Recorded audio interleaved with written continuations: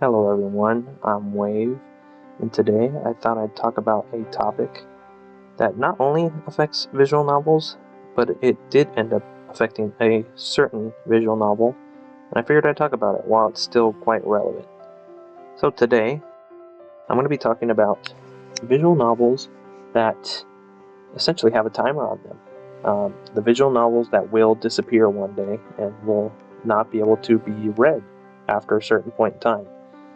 Now, there's some that I could put as like an example, such as maybe like the Overwatch visual novel, which I don't think anyone really cares about. It's probably like an hour long. It was like a web browser game, but I think the big point that I'm talking about is relating to gacha games. Now, not all gacha games would classify as visual novels, but I can think of at least a couple that are quite like prominent, very like high profile gacha games that would also qualify as visual novels. And the visual novel that kind of sparked my thought to talk about this topic is quite recently there was the announcement that Magia Record in Japan is going to be ending service, I believe, in the end of July. Now, Magia Record already kind of had a little bit of history. For those that don't know, Magia Record is essentially the spin-off series to the Madoka Magica anime series. And that was a visual novel / gacha game that was released in global. And I think it survived like a year and a half, 2 years, and then it ended up announcing end of service. So then they took the servers down, you couldn't play it anymore, but the Japanese servers were still up.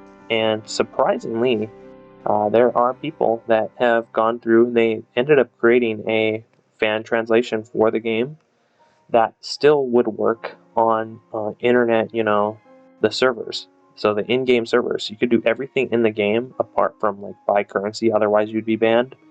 But it was actually something pretty like unique to see because of, you wouldn't think that you'd be able to like edit the files for a live service game to where you'd be able to patch it and add in, fan translation stuff.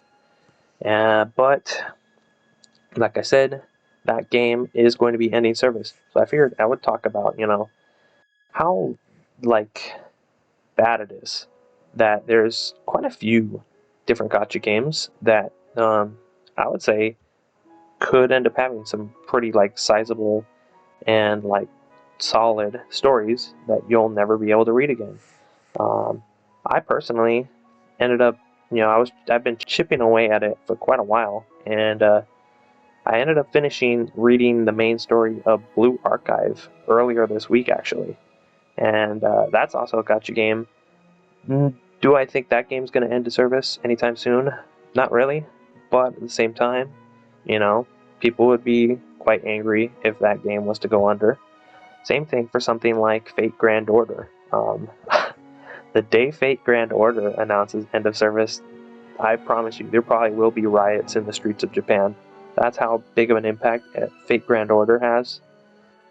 And it would be quite sad to see these like bigger prolific visual novels just end up disappearing one day to where you'll never be able to play them ever again.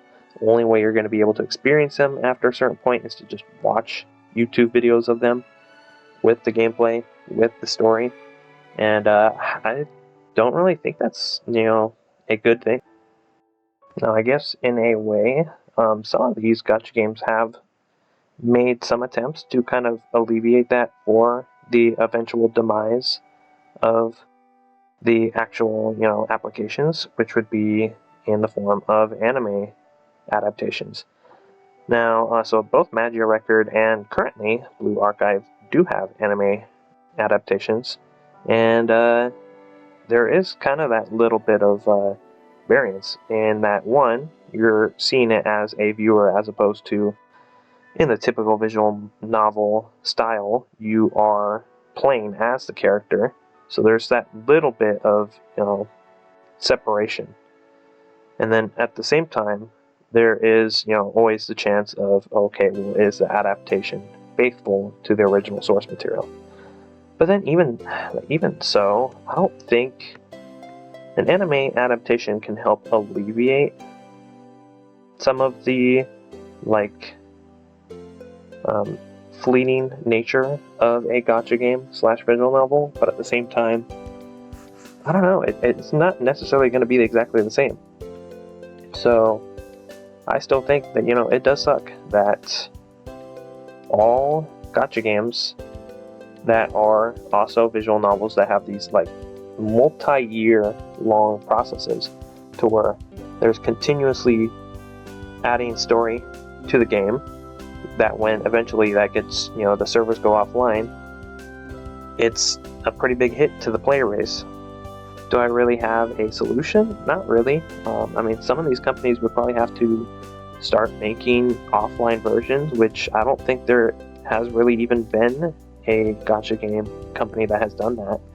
And then fans aren't able to create, specific private servers for the game, so there isn't really a solution to this problem.